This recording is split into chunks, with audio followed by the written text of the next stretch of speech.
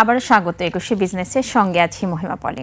Dhaka stock এক্সচেঞ্জের লেনদেনের সমাপ্তি হয়েছে কিছুক্ষণ আগে। সূচকের কিছুটা উত্থানের মধ্য দিয়ে লেনদেন চললেও দিনের শেষটা কিন্তু আমরা দেখতে পাচ্ছি যে কিছুটা পতনের মধ্য দিয়ে লেনদেনের আজকে সমাপ্তি হয়েছে ঢাকা স্টক এক্সচেঞ্জে। চলুন আমরা একটু দেখে নিই ঢাকা স্টক এক্সচেঞ্জে আজকে সূচকের কি অবস্থান রয়েছে। আর চলুন আমরা দেখে নিব দিন শেষে ডিএসসিতে সূচকের যে অবস্থান রয়েছে।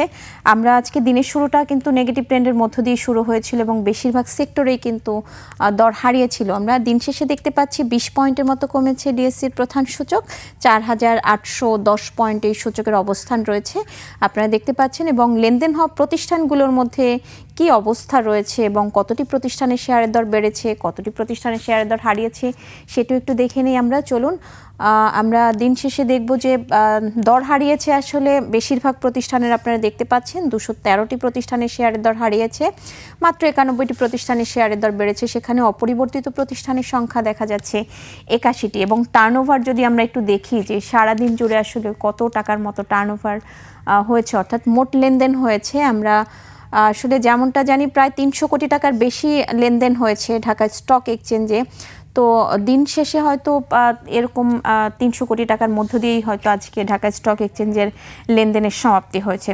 তো দর্শক, পুঁজিবাজার নিয়ে আরও বিস্তারিত জানতে এখন আমরা কথা বলবো পূবালী ব্যাংক সিকিউরিটিজের সিইও মোহাম্মদ আহসানুল্লাহর সঙ্গে। আপনাকে স্বাগত আমাদের আজকের অনুষ্ঠানে। জি ধন্যবাদ। জি, সপ্তাহের প্রথম কার্যদিবস, স্বভাবতই একটা সপ্তাহ শেষ হয় আরেকটা সপ্তাহ শুরু হয় এবং প্রত্যেকেরই একটা প্রত্যাশা থাকে হয়তো আগামী সপ্তাহের শুরুটা হবে একটু ভালো কিছুর মধ্য দিয়ে হয়তো শুরু হবে, কিন্তু সেটা আমরা দেখতে পাচ্ছি না। আসলে বাজার কোন দিকে যাচ্ছে? বাজার ধন্যবাদ। বাজার তো আমরা কন্টিনিউয়াস লক্ষ্য করতেছি। প্রতি সপ্তাহে যদি আপনি টোটালিটি রিভিউ করেন তাহলে মার্কেট আসলে ডাউন ট্রেন্ডের দিকে অবস্থান করতেছে। এবং এই সপ্তাহটাও প্রথম যে কথা বললেন, প্রথমটা প্রায় ৪৩ পয়েন্টের মতো নেগেটিভ ছিল, পরে এখন মাঝখানে লাস্টের দিকে এসে একটু পজিটিভ হইয়া ক্লোজে আবার নেগেটিভ হয়ে গেল। জি, অর্থাৎ আমরা যতটুকু আশার বাণী সেটা ওভাবে পাচ্ছি না। যদি ইতিমধ্যে আমাদের টেকনিক্যাল অ্যানালিস্ট যারা, তাদের দৃষ্টিতে বলা হয়েছে ৪,৮০০ লেভেলে একটা সাপোর্ট লেভেল বলা হয়। ৪,৮০০ এর মধ্যে এখনো ওই আছে। কি দাঁড়াবে এটা হয়তো আবার আমাদের সামনে কয়েকটা দিন দেখতে হবে। তবে মেইন বিষয়টা হলো, আমরা যদি বলি শুধু শেয়ার মার্কেটের ডাউন ট্রেন্ড, এটা শুধু শেয়ার মার্কেটের জন্য হচ্ছে না, ওভারঅল আমাদের দেশের রাজনৈতিক পরিস্থিতি এবং অনেকটা আস্থাহীনতা, সংকট, রাজনীতি পরিস্থিতির কারণে বিনিয়োগকারীদের মধ্যে আস্থার সংকট বিরাজমান। এবং বিনিয়োগকারীদের একটা সেগমেন্ট, মেজর সেগমেন্ট বলতে পারেন, আনরিয়েলাইজ লসে, যারা যে ফান্ডটা অলরেডি ইনভেস্ট করেছে প্রত্যেকের পোর্টফোলিওতে কম বেশি আনরিয়েলাইজ লস আছে। ফলে ওই ফান্ডটা তাদের অলরেডি ব্লক হয়ে গেছে ধরে নিতে পারেন। আর কিছু হয়তো সেগমেন্টে কিছু এখনো হয়তো ফান্ড থাকতে পারে ইনস্টিটিউশনাল লেভেলে বা কিছু বিগ প্লেয়ারদের, তারাও একটু সংখ্যা বা আস্থাহীনতার মধ্যে আছে। বিশেষ করে এটা রাজনৈতিক কারণেই, দেশের যে রাজনৈতিক বিরাজমান পরিস্থিতি অ্যাজ ওয়েল এজ সামনের দিকে যে কামিং ইলেকশন, এই বিষয়গুলো অনেকের মধ্যে পেনিক বা আস্থার কারণ হয়ে দাঁড়াচ্ছে। কারণ ওভারঅল দেশে যদি অর্থনৈতিক রাজনৈতিক পরিস্থিতি স্থিতিশীল না হয়, স্টেবল না হয়, অর্থনীতির উপর এফেক্ট করবে। অর্থনীতির একটা অংশ আমাদের ক্যাপিটাল মার্কেট, সেটার উপর এফেক্ট করবে। তো যেটা আসলে আমরা এখন সেটারে ধারাবাহিকতা কন্টিনিউ দেখতেছি, কন্টিনিউয়াস ডাউন ট্রেন্ডের দিকে অবস্থান করতেছে। যে এটা আসলে অনেকেই বলছে যে এই যে রাজনৈতিক পরিস্থিতিটা এটার জন্য অনেকটাই দায়ী, কিন্তু সেখানে কিছুটা হলেও কিন্তু আমরা ভরসার জায়গাটা পেয়েছি যে একটা নির্বাচনের ডেডলাইন ঠিক হয়েছে এবং তফসিল ঘোষণার পরে কিন্তু প্রায় ১০০ পয়েন্টের বেশি কিন্তু এই বাজার কমেছে। অনেকের কিন্তু এখানেও একটা ছিল যে তফসিল ঘোষণার পরে হয়তো বাজার উঠতে পারে, সেই জায়গায়ও কিন্তু বাজারটা পড়েছে। আর নির্বাচনের যে ডেডলাইন দেয়া হয়েছে সেখানে হয়তো কিছুটা হলেও ভরসা পাওয়া যেতে পারে, তারপরও বাজার পড়ছে কেন?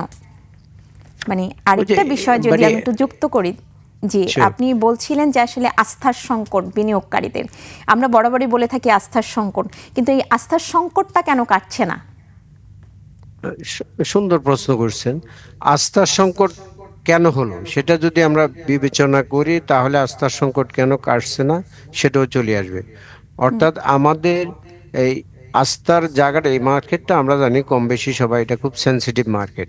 এই সেনসিটিভ মার্কেটে যখন আমাদের ওভারঅল পলিটিক্যাল অবস্থা যখন আনসার্টেন থাকে, এই যে আপনি যেটা বললেন একটু আগে যে শিডিউল ঘোষণা করছে, ইলেকশন শিডিউলের কারণে তফসিল ঘোষণার পর সবাই ধারণা করছে তফসিল ঘোষণা করলে মার্কেটটা ভালো হবে, কিন্তু এরপরও দেখা যায় 100 পয়েন্ট বা তার চেয়ে বেশি ফল করলো। এটার মেইন রিজনটা হলো তফসিল ঘোষণা করার পরও বিভিন্ন জায়গায় আমরা দেখতেছি যেরকম রাজনৈতিক অস্থিরতা, কিছু আপনারা লক্ষ্য করতেছেন, মুভ ভায়োলেন্স হচ্ছে, এই সবগুলাই মানুষের মধ্যে একটা শঙ্কার কারণ মানে বিরাজ করতেছে। সেই শঙ্কাটারে ইম্প্যাক্টটা পড়তেছে যে আদৌ আমাদের ইলেকশন ডিউ টাইমে হবে কিনা।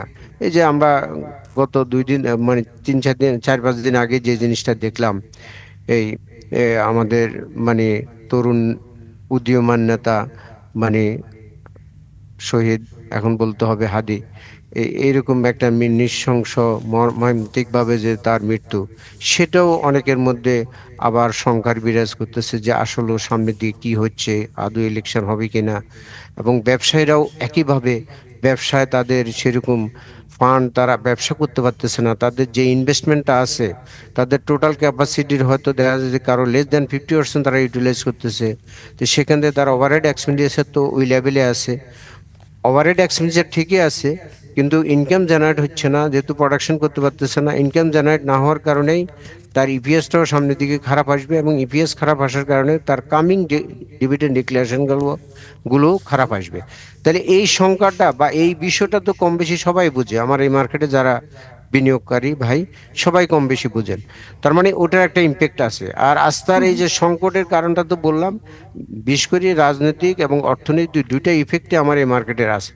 এবং আস্থার জায়গাটা এখানে ঘনীভূত করার জন্য একটা হতে পারে যে সেই ক্ষেত্রে যদি মানে একটা ফান্ড যদি এখানে সাবসিডাইজ ফর্মে যদি গভর্নমেন্ট থেকে আসে, তাহলে যারা এখন ফান্ড ব্লক হয়ে গেছে এই বিনিয়োগকারীদের মধ্যে, স্মল ইনভেস্টর বলি আর ক্ষুদ্র বিনিয়োগকারী যে নামে বলি, তাদের যদি একটু সাবসিডাইজ রেটে যদি দেওয়া হয় যে কোনো একটা ইনস্টিটিউশনের মাধ্যমে, তাহলে তারা হয়তো তাদের যে ফান্ডটা ব্লক হয়ে গেছে সেখানে অ্যাভারেজিং করে তারা হয়তো একটা মোটামুটি কস্টিংটা কমে আনলে ভবিষ্যতে হয়তো আফটার ইলেকশন যদি আমরা, তারপরে আমরা পজিটিভ মুডে থাকি যে ইলেকশন হবে ইনশাল্লাহ, আফটার ইলেকশন হয়তো তারা ওই যে কস্টিংটা আছে সেটার উপর যখন আসবে তখন তারা প্রফিটে সেলটা করতে পারবে। এটা একটা পার্ট। আর একটা পার্ট হতে পারে আমাদের, সেটা হলো এই যে ইনস্টিটিউশন, ইনস্টিটিউশনাল লেভেলে, যেমন আমাদের মানে গভর্নমেন্ট যদি ফান্ড ওরকম দেয়, তাহলে তারা মার্কেট যখন ফল ডাউন থাকবে তখন বাই করে মার্কেটটাকে সাপোর্ট দেবে। এখন সেই লেভেলে তো আমরা পাচ্ছি না। আইসিবির প্রসঙ্গ আসে, আইসিবি নিয়ে ইতিপূর্বে অনেক রকম প্রশ্ন আসছে, স্বচ্ছতা নিয়ে কোশ্চেন আছে। তো সেক্ষেত্রে হয়তো স্বচ্ছতা নিশ্চিত করে যদি দেওয়া যায়, তাহলে সেক্ষেত্রে এটা হতে পারে। অত অল্টারনেটিভ যদি অন্য কোনো প্রতিষ্ঠানকে চিন্তা করা যায়, সেখানে যদি একটা ফান্ড সাপোর্ট দেয়, তাহলে আমার কাছে মনে হলো যে এই ফান্ড ফ্লো আসলে যখন ট্রেড ভলিউম বাড়বে, তখন আস্তে আস্তে বিনিয়োগকারীদের আস্থাও বাড়বে এবং মার্কেটে ইন্ডেক্সটাও পজিটিভ দিকে আগাবে। এই একটা বিষয় আমি মনে করি এই জিনিসটা হয়তো এভাবে হতে পারে। জি, তাহলে আমরা ধরেই নিতে পারি যে নির্বাচন পরবর্তী সময় আসলে এই বাজার গতিশীলতা পাবে এবং এই প্রত্যাশা আমরা করতেই পারি। আপনার কথার উপর হচ্ছে ভিত্তি করে আমি এটা বলতেই পারি। তো আরেকটা বিষয় হচ্ছে, আপনি আইসিবির কথা বলছিলেন, আইসিবিকে বারবার ফান্ড ফ্লো দেওয়ার জন্য বলছিলেন, কিন্তু এটা কিন্তু বারবারই হচ্ছে আইসিবিকে ফান্ড ফ্লোটা দেয়া হয়েছিল এবং সেটা হচ্ছে আসলে বাজারে ইনভেস্ট করার জন্যই দেয়া হয়েছিল।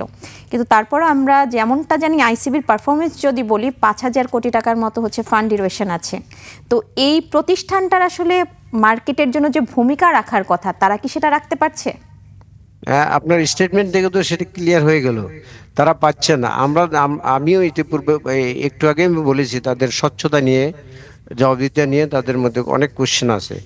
সেই জন্য সেই ক্ষেত্রে স্বচ্ছতা জবাবদিহিতা যদি নিশ্চিত করা যায়, আইসিবি অথবা তার অল্টারনেটিভ যে কোনো প্রতিষ্ঠানকে যদি এভাবে দিয়ে মার্কেটকে সাপোর্ট দেওয়া যায়, অর্থাৎ মার্কেট ডাউন মার্কেটে বাই করে মার্কেটে একটা সাপোর্ট দেওয়া, ব্লু চিপ শেয়ারগুলোকে সাপোর্ট দেওয়া, এখন ওইভাবে যদি চিন্তা না করে, না আইসিবির তো অবস্থা তো মানে আমরা কম বেশি সবাই জানি, আপনি নিজেও বলেছেন। সুতরাং এটা নিয়ে আর ফার্দার আমরা না বলাই ভালো, বা এটা নিয়ে আর গবেষণার প্রয়োজন নাই। এটা গুলো আইসিবির পার্ট। ঠিক এখন আছে, এই সেক্ষেত্রে ছাড়া হচ্ছে আসলে কর্তৃপক্ষ আইসিবির ব্যাপারে হচ্ছে যে সিদ্ধান্ত নেওয়া উচিত, আমরা আশা করছি তেমন সিদ্ধান্তই নেবে কর্তৃপক্ষ। তো আরেকটা বিষয় নিয়ে কথা বলবো, মিউচুয়াল ফান্ড নিয়ে কথা বলবো। এই সেক্টরটা নিয়ে কিন্তু দীর্ঘদিন ধরে একটা ধোঁয়াশা রয়েছে। যেখানে পার্শ্ববর্তী দেশে ভারতীয় মিউচুয়াল ফান্ডের অবস্থা খুব ভালো, সেখানে আমাদের দেশে আসলে মিউচুয়াল ফান্ডের এই অবস্থা কেন? আমি যদি একটা বিষয় একটু বলি, যে মিউচুয়াল ফান্ডের 12টি ফান্ড তদন্তে বিএসইসি 6টি কমিটি গঠন করছে, তদন্ত কমিটি গঠন করেছে। এগুলো আসলে বিভিন্ন এই ফান্ডগুলোর বিরুদ্ধে অনিয়ম দুর্নীতির অভিযোগ উঠেছে। জি, তো এটা তাদের ব্যাপারে কি নিঃসন্দেহে, পদক্ষেপ নেওয়া উচিত? হ্যাঁ নিঃসন্দেহে এটা একটা ভালো ইনিশিয়েটিভ। যদিও দেরিতে হয়েছে, আরো আগে হওয়া উচিত ছিল। কারণ তাদের ফান্ডের বিশেষ করে ইউটিলাইজেশনের ব্যাপারে অনেক প্রশ্ন ইতিমধ্যে পত্রপত্রিকা বা বিভিন্নভাবে আমরা জেনেছি, শুনেছি। তাদের ফান্ডের ইউটিলাইজেশনের ক্ষেত্রে তারা একটা ফিক্সড ইন্টারেস্ট বিয়ারিং ইনস্ট্রুমেন্টে তারা একটা পোর্শন মানে ইনভেস্ট করতে পারে। মেজর পোর্শন, ধরেন 70% উপরে তাদেরকে ক্যাপিটাল মার্কেটে ইনভেস্ট করতে হবে। ওই ফান্ডটা কি তারা আসলে ওইভাবে করেছে কিনা সেটা ইউটিলাইজেশন মানে সেটা দেখার বিষয়। যে ইনভেস্টিগেশন কমিটি যেটা ফর্ম করা হলো, তারা ডেফিনেটলি ওরা দেখবেন।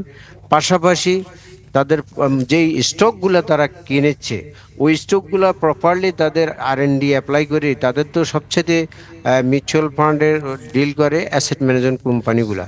তাদের জি। প্রপারলি R&Dটা ইউটিলাইজ করে ওগুলা কি কেনা হয়েছে কিনা, না সেখানে কোনো আদারওয়াইজ কিছু হয়েছে, সেগুলো যখন তদন্ত কমিটি গঠন করা হয়েছে, তদন্ত কমিটি সেই রিপোর্টটা যখন আসবে তখন আমরা সেটা বুঝতে পারবো।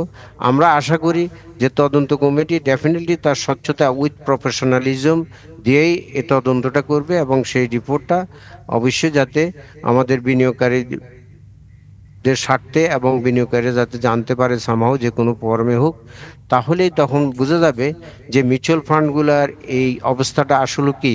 সেগুলো যখন সবার কাছে মানে দৃশ্যমান হবে, তখন সে অনুযায়ী মিউচুয়াল ফান্ডের ক্ষেত্রে রেগুলেটর অ্যাজ পার দেয়ার ইরেগুলারিটিজ অনুযায়ী অ্যাকশন জি। নেবে।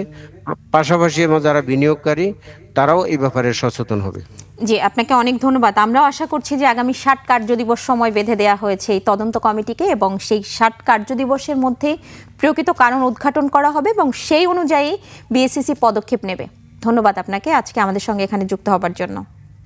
জি, ধন্যবাদ আপনাকে এবং দর্শকদেরকেও। জি দর্শক, এতক্ষণ আমরা পুঁজিবাজার পরিস্থিতি নিয়ে কথা বলছিলাম পোবালী ব্যাংক সিকিউরিটিজের সিইও মোহাম্মদ আহসানুল্লাহর সঙ্গে। এবার নিচ্ছে একটা বিরতি, ফিরছি একটু পরেই, সঙ্গেই থাকুন।